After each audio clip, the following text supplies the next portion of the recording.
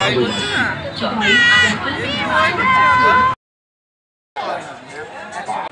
Everyone, welcome back to our channel Joyitashri. আমরা এই গরমের মধ্যে একেবারে রেডি হয়ে নিয়েছি। আমরা এখন যাব বারোদোল। ইচ্ছা আছে বারোদোলে যাওয়ার। 1 ঘন্টা হলো সেজে গুজে বসে আছি। এই যে শ্রীর সাজ অর্ধেক নষ্ট হয়ে গেছে, চুলমুল সব নষ্ট করে ফেলেছে। কেননা ওর বাবা বলেছিল যে 7টা সাড়ে 7টার মধ্যে বাড়ি আসবে, কিন্তু এখনও পর্যন্ত ওর বাবার দেখা নেই। এখন বাজে 8:30। এখনও ফোন করলাম, বললো এখনই আসবে, জানি না কখন আসবে, মাঝরাতে মেলায় যাবো কি না। তো যাই হোক, এখন ইলেকশনের ডিউটি চলছে, এরকম অবস্থা, কাউকে দোষ দিতে পারছি না। রেডি হয়ে বসে আছি। শ্রীর ঘুম পেয়ে গেছে, বাবাকে ফোন করে বলল যে মন খারাপ হয়ে গেছে, মেলায় যেতে পারেনি এখনো। সেই জন্য কি হয়েছে, বাবা আসেনি সেই জন্য বলো। মন খারাপ হয়ে কেমন মন খারাপ যে হেসে ফেলছিস বলতে বলতে? তুই দেখি এ বাবা, এই তো একটু মন খারাপ হয়। ওরে বাবা, এই যে দুষ্টুরি নেচে যাচ্ছে। আর শ্রীর দিদাকে বললাম যে চলো সবাই মিলে মেলায় যাই। শ্রীর দিদার এত গরম লেগেছে যে কোথাও যাবে না। এই যে শুয়ে আছে, রোজই একই স্টাইলে শুয়ে থাকে, মাথায় হাত দিয়ে সারা দুনিয়ার চিন্তা মাথায়। আর এটা কি হচ্ছে? সবাইকে বলো যে আমাদের কৃষ্ণনগরে বারোদোল মেলা দেখে যেও, সবাই মেলায় যেও, বলো খুব ভালো মেলা হয় আমাদের এখানে।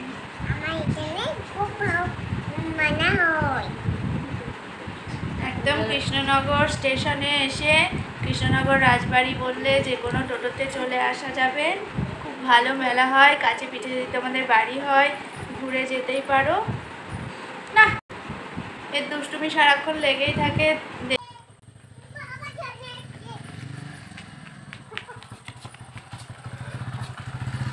এই যে রাত 9টার সময় হয়েছে মেলায় নিয়ে যাওয়ার।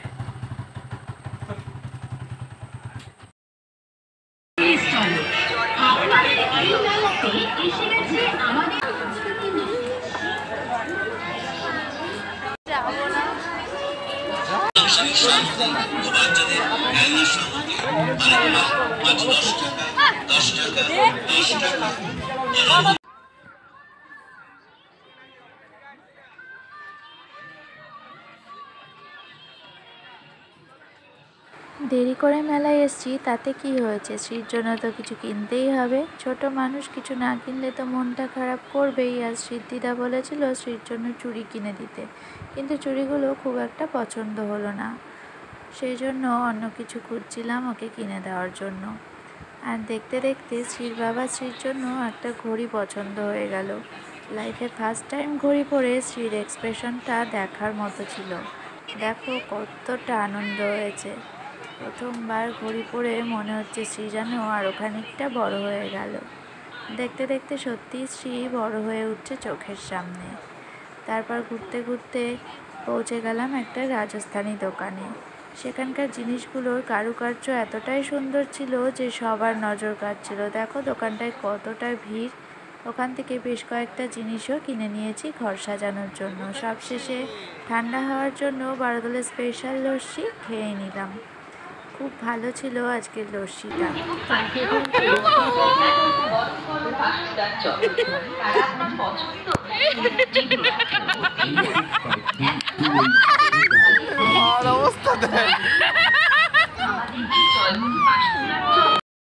লাইফে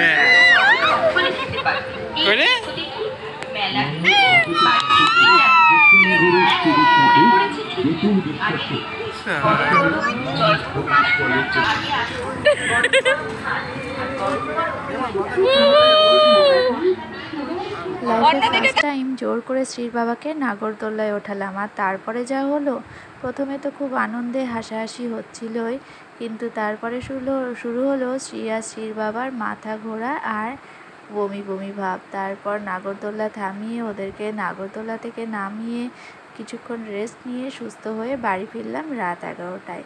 কিন্তু যাই হোক না কেন, এই আনন্দ আর সুন্দর মুহূর্তগুলো এই ভিডিওর মধ্যে দিয়ে আমাদের সাথেই থেকে যাবে। হ্যালো এভরিওয়ান, কালকে আমরা ব্লগটা শুরু করেছিলাম। কালকে তো দেখতেই পারলে যে আমাদের মেলায় যেতে কতটা রাত হয়ে গেছে। রাত 9:30টার সময় মেলায় গেছি। যখন আমরা মেলায় ঢুকছি তখন বেশিরভাগ মানুষই মেলা থেকে বাড়িতে ফিরছে, এরকম একটা সিচুয়েশন। আর 10টা বাজতে বাজতে আস্তে আস্তে দোকানপাটগুলো ওরাও গোটাতে শুরু করলো। তো 10:30 পৌনে 11টার দিকে আমরা বেরিয়ে বাড়ি চলে এসেছি। তো এইটুকু সময়ের মধ্যে অত বড় একটা মেলা ঘোরা ভীষণই অসম্ভব একটা ব্যাপার।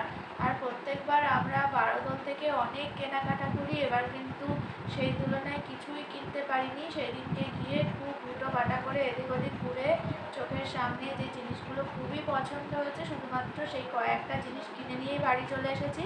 আর কালকে এত রাত হয়ে গেছিলো বাড়ি আসতে, প্রায় 11টা।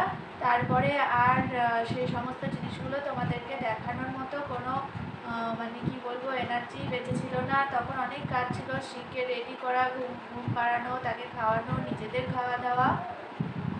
তো সেই কারণে কিন্তু আমি কালকে তোমাদেরকে দেখাতে পারিনি। আমরা মেজে শ্রী দেখাচ্ছে যে এই ঘড়িটা কিনেছে, তোমাদেরকে দেখিয়েছি ভিডিওতে। ঘড়িটা কিন্তু খুলতে না পরে বসে আছে। আর এই যে এই হেয়ার ব্যান্ডটাও কিনে নিয়ে এসেছে, এই হেয়ার ব্যান্ডটা। আর আমরা মেলা থেকে ঘর সাজানোর জিনিস কিনেছি, এই যে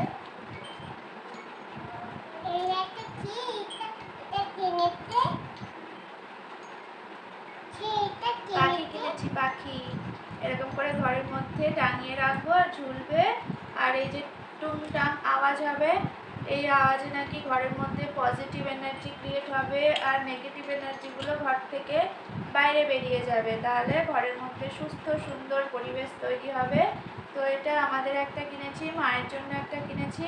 মারটা অলরেডি ঘরেই টাঙানো আছে, পরে তোমাদেরকে দেখিয়ে দিচ্ছি। তো এই যে আমাদেরটা এরকম ছোট থেকে আস্তে আস্তে বড় হয়েছে, কিন্তু এরকম স্টাইলের একটাই বেঁচেছিল আর সব বিক্রি হয়ে গেছে। মারটা যেটা কিনেছি সেটা সবগুলোর লেন্থই সমান, কিন্তু এরকম পাখি ডিজাইন। এটা কেমন হয়েছে তোমরা বলো। আর দেখতে কিন্তু ভীষণই সুন্দর, সেই আন্দাজে কিন্তু দাম অনেকই কম। কত দাম হতে পারে তোমরা কমেন্টে লিখো, পরে তোমরা যদি জানতে চাও আমি তোমাদেরকে জানিয়ে দেবো যে কত দাম নিয়েছে। খুব সস্তায় পেয়েছি আমরা এটা। এটা খুব ভালো হয়েছে, আমার তো ভীষণ পছন্দ হয়েছে।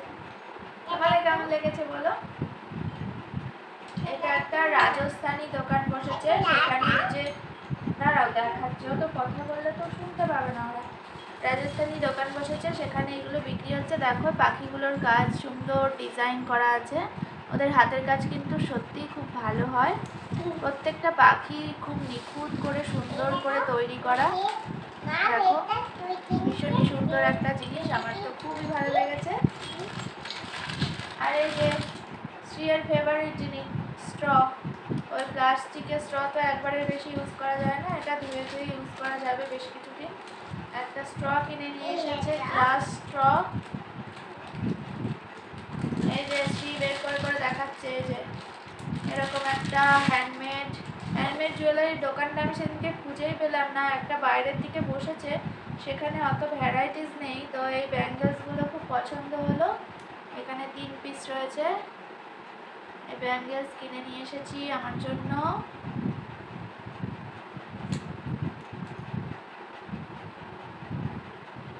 যে কোনো রেড শাড়ির সাথে বা অন্য কোনো শাড়ির সাথেও ভালো লাগবে। আর এই যে ওই রাজস্থানী দোকানটা থেকে শ্রী এই যে হাতিটা নিয়ে দৌড়াদৌড়ি করছিল, আর বাবা এই হাতিটা কিনে নিয়েছে। সব থেকে বড় কথা, ওই জিনিসটা অত বড়, ওইটার যা দাম এই হাতিটারও কিন্তু তাই দাম নিয়েছে, মানে শ্রীর বাবাকে একবারে ঠকিয়ে দিয়েছে। কিন্তু শ্রীর যেহেতু পছন্দ সেহেতু কিনে নেওয়া হয়েছে। গার্ডার কেনা হয়েছে, ছোট ছোট গার্ডার। আর এই যেখানে আছে শ্রীর জন্য আর শ্রীর মায়ের জন্য ছোট্ট ছোট্ট গার্ডার। ফেলে দিবি। আর এই যে এটা 2 পিস এরকম গার্ডার কেনা হয়েছে। দেখো মেলায় মানুষকে কতটা ঠকায় এই টাইপের গাডারগুলো, যেখানে ওই গাডারগুলো 10টার দাম 10 টাকা, সেখানে এই গাডারগুলো কয়েকটা পুঁথি লাগানো আছে, তার জন্য দুটো গাডারের দাম নিয়েছে 30 টাকা। শখের দাম লাখ টাকা। ভয় পাসনি? বাবা চড়েছে? হ্যাঁ। তারপরে শেষে দুজনের কি অবস্থা হয়েছিল? দুজনেই বলছে বমি পাচ্ছে, পেটে ব্যথা করছে। তারপরে আমি আবার যে ঘোরাচ্ছি তো তাকে বললাম যে আর চড়াতে হবে না, আবার থামিয়ে দাও। তারপর দুজনেই নেমে খানিক রেস্ট নিয়ে তারপর বাড়ি আসলো। ওদের এমন অবস্থা, ওদেরকে নিয়ে আর নাগরদোল্লায় চড়া যাবে না। প্রথমে তো খুব চেঁচামেচি, খুব আনন্দ হচ্ছিল, তারপরে লাস্টের দিকে না মেয়ে চড়তে পারছে না বাবা, দুইজনেরই নাকি বমি পাচ্ছে, মাথা ঘুরছে, মাথা ফাথা ঘুরে সে এক যা তা অবস্থা। চড়বি আর নাগরদোল্লায়? চড়বি না নাগরদোল্লায়? কি অবস্থা রে তোদের! তাহলে বড় নাগরদোল্লায় যেগুলো গোল গোল করে ওইটা দিদা স্ট্র দিয়ে কি খাচ্ছে সেটাও উঠে গেছে।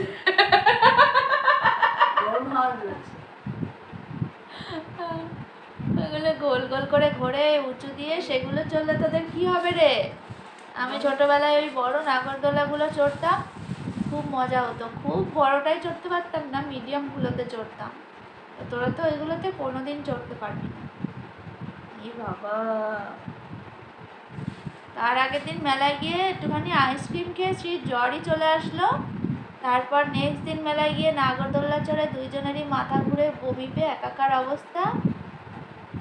আর যা গরম পড়েছে, শীত দিদার তো মেলায় গেলই না, বলছে বৃষ্টি পড়লে যাবে, না হলে এবছর আর যাবে না। এই সমস্ত পাবলিক নিয়ে আছি আমি।